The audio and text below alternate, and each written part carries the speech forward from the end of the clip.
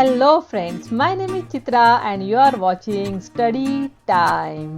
तो आज देखेंगे जनरल साइंस लेसन 1 का 4th part which is land.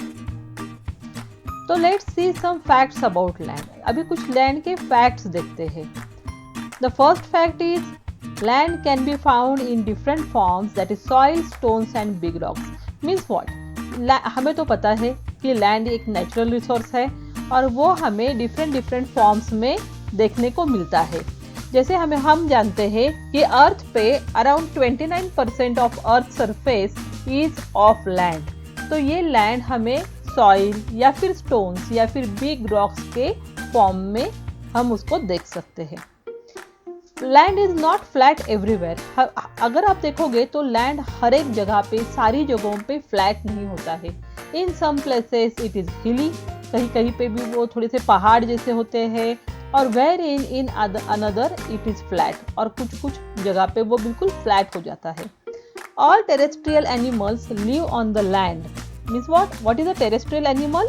Terrestrial animal is the animal which is living on the land. Okay, तो जैसे हुआ ह्यूमन बीइंग्स, बाकी सारे एनिमल्स. फिश वगैरह नहीं, क्योंकि फिश जो है वो पानी में रहते हैं. तो all terrestrial animals live on the land और दे डिग burrows and live in the ground. या तो वो अपने लिए बिल खोदते हैं और उसके अंदर जाके ग्राउंड के नीचे रहते हैं, या फिर लैंड के ऊपर रहते हैं. तो ये है कुछ फैक्ट्स अबाउट लैंड्स. अब देखेंगे यूजेस ऑफ लैंड क्या क्या है. Shelter and roads.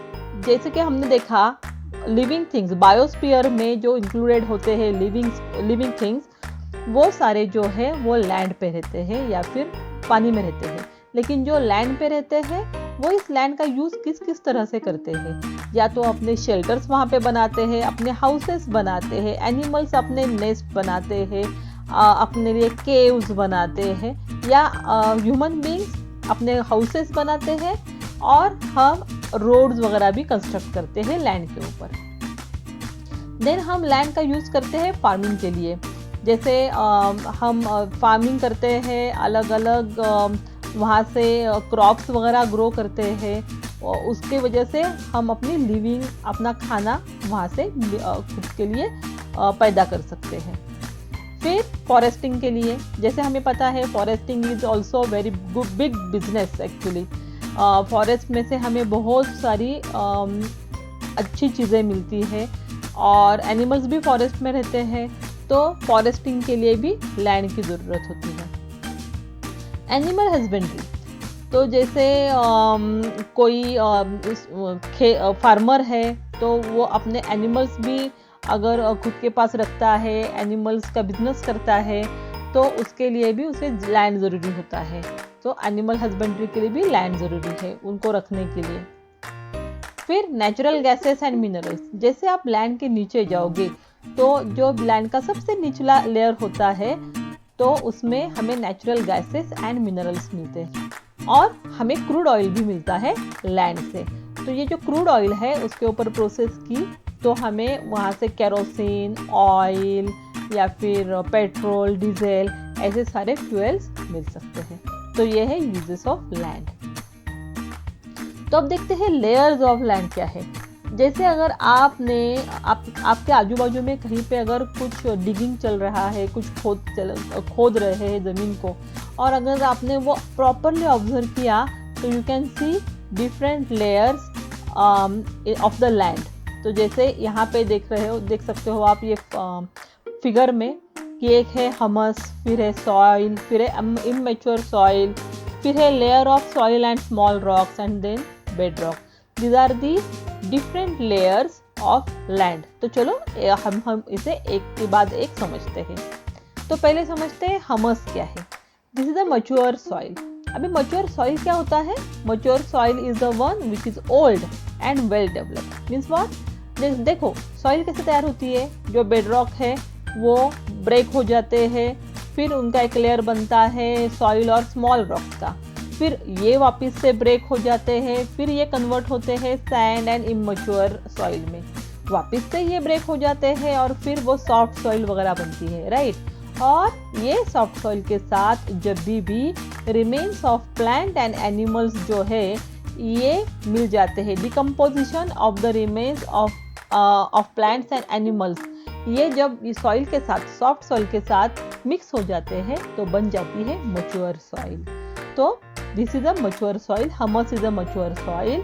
Mature soil is the one which is old, क्योंकि इसको बनने में बहुत टाइम लगता है, and well developed. Well developed क्यों? क्योंकि यहाँ पे अगर आप कुछ भी यहाँ पे प्लांट करोगे तो ये बहुत अच्छे से ग्रो हो जाता है, इसके लिए बोला है कि इट इज वेल डेवलप्ड।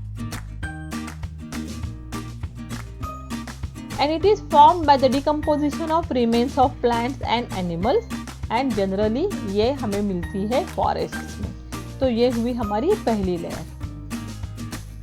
तो अभी लैंड की दूसरी लेयर कौन सी है? It is immature soil. जैसे मैंने अभी आपको बताया कि बेड रॉक ब्रेक होने के बाद में स्मॉल रॉक्स बनते हैं और वो वापस से जब ब्रेक होते हैं तब इमैच्योर सॉइल बनती है। अब इन इमैच्योर सॉइल में क्या क्या होता है? इसमें होता है सैंड, रेती, सॉइल। हाँ, क्योंकि ये इसमें कंटेंट सॉइल का भी होता है कि जैसे जैसे आप नीचे से ऊपर जाते जाओगे तो वैसे वैसे सॉइल इंक्रीज होती जाएगी और रॉक्स का प्रोपोर्शन जो है वो सॉइल का थोड़ा कम होता जाएगा। Okay, so it is formed by the sand, soil, small stones, worms and insects. और ये लेयर में आपको वर्म्स एंड इंसेक्ट्स देखने को मिलते हैं। नेक्स्ट लेयर है layer of soil and small rocks. This is also an immature soil. ये भी अनमैच्योर है क्योंकि ये जो है ये भी फ्रेशली तैयार हुई है, ये बहुत ज़्यादा ओल्ड नहीं है, ये बहुत ज़्यादा डेवलप्ड नहीं है, तो it is immature soil. It is formed by small rocks which are the pieces of bed rocks. Okay, ये स्मॉल रॉक से बनती है which are the pieces of bed rock. जैसे मैंने बोला कि बेड रॉक ब्रेक हो जाता है फिर स्मॉल रॉक्स बनते हैं और सॉइल, और इसमें थोड़ी सॉइल भी होती है, तो ये लेयर ऐसे बनती है। फिर है बेड रॉक की layer. This layer is consisted of big rocks and very less soil. यहाँ पे सॉइल का प्रोपोर्शन जो है वो बहुत कम होता है और बहुत बड़े बड़े रॉक्स यहाँ पे देखने को मिलते हैं। This is an important layer, ये बहुत ही इम्पॉर्टेंट लेयर है। क्यों? Because main mineral in the soil are derived from this rocks. जो मिनरल हम बोलते हैं ना, ये सॉइल में से मिनरल मिलते हैं, हमें गैसेस मिलते हैं, तो ये सारी चीज़ें जो है ना तो वो ये बेड रॉक्स से मिलते हैं, राइट। तो this layer is very important. Okay, and the colour and the texture of soil are determined by the bed rocks.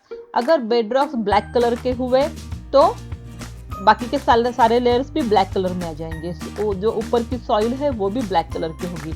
अगर बेड रॉक्स रेड कलर के हुए तो सारे लेयर्स जो है वो रेड कलर में मिलेंगे, तो वहाँ की सॉइल भी जो है वो रेड कलर की मिलेगी। तो जो टेक्सचर है सॉइल का और जो कलर है सॉइल का वो बेड रॉक से डिटरमिन होता है। अब देखते हैं सॉइल फॉर्म कैसे होती है। तो फर्स्ट ऑफ ऑल अंडरस्टैंड कि सॉइल नेचुरल रिसोर्स है, तो ये नेचुरल प्रोसेस से फॉर्म होती है, वो हम बना नहीं सकते हैं। Okay, so it is a natural process. Soil formation is a natural process.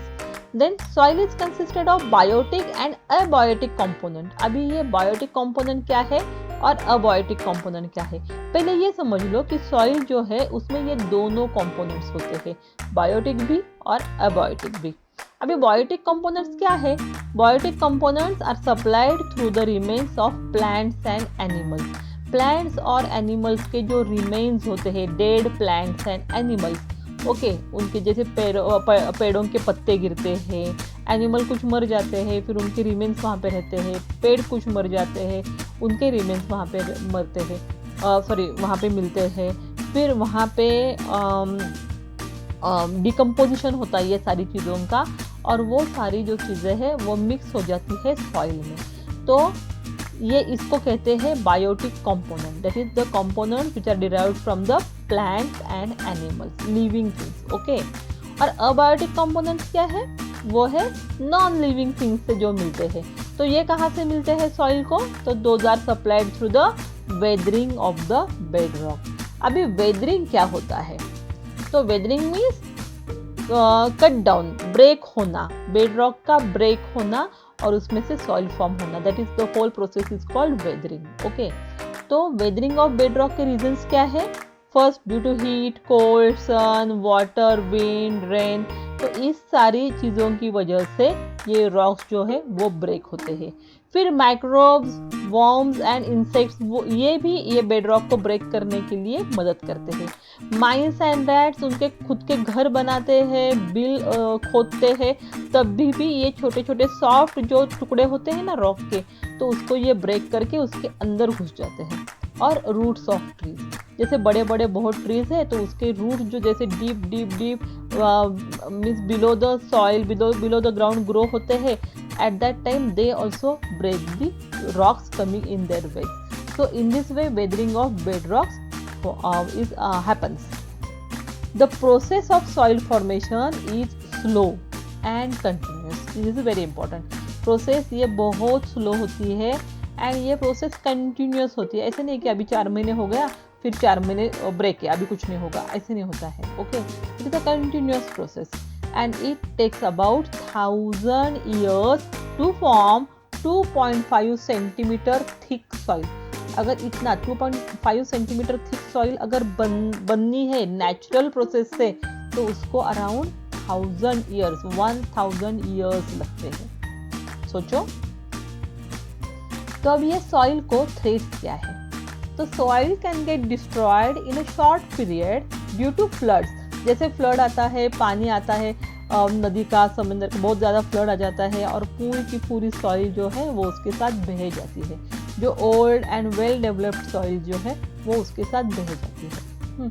Storms आते हैं, इसकी वजह से भी सॉइल का नुकसान होता है। And human activities like mining, हम वो नीचे के पत्थर, हमारे घर बनाने के लिए, रोड बनाने के लिए हमें पत्थर चाहिए होते हैं, तो हम वो पूरी खुदाई करते हैं, माइनिंग करते हैं, नीचे के पत्थर निकालते हैं। At that time also soil get destroyed. तो इसके रिमेडीज क्या है?